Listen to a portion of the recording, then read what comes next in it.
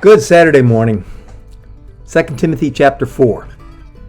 I can't impress this on you too strongly. God is looking over your shoulder. Christ himself is the judge with the final say on everyone, living and dead. He's about to break into the open with his rule, so proclaim the message with intensity. Keep on your watch, challenge, warn, and urge your people. Don't ever quit. Just keep it simple.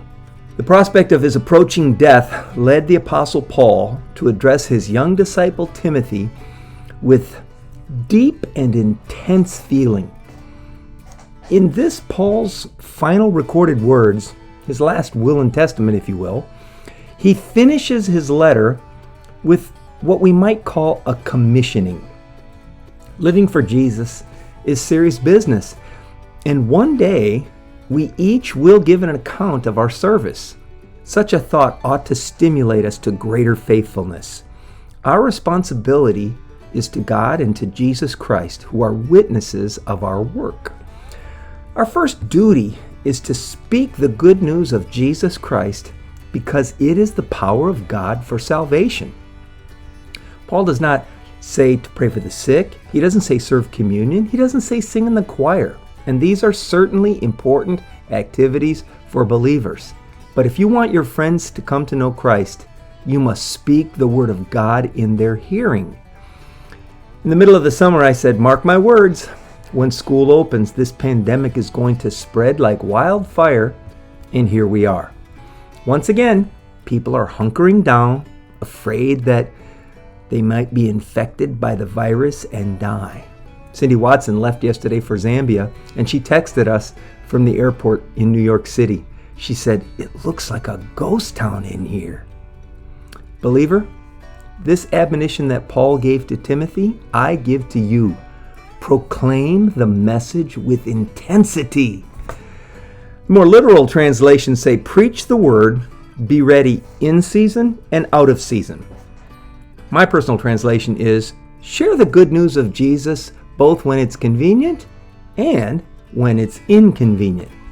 Believer, you must create opportunities to share Christ where opportunities do not exist.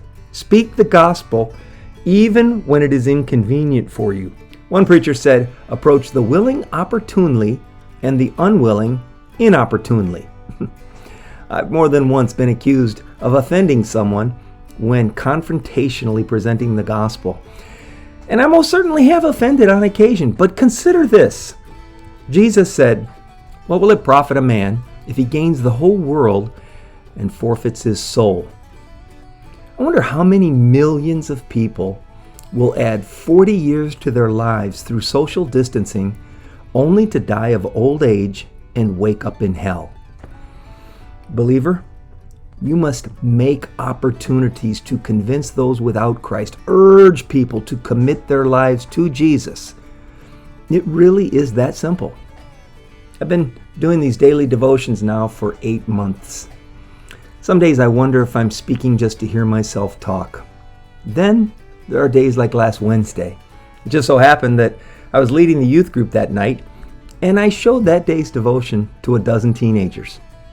It warmed my heart to watch a couple of them get out their phones and subscribe to my channel. But that wasn't even the best part.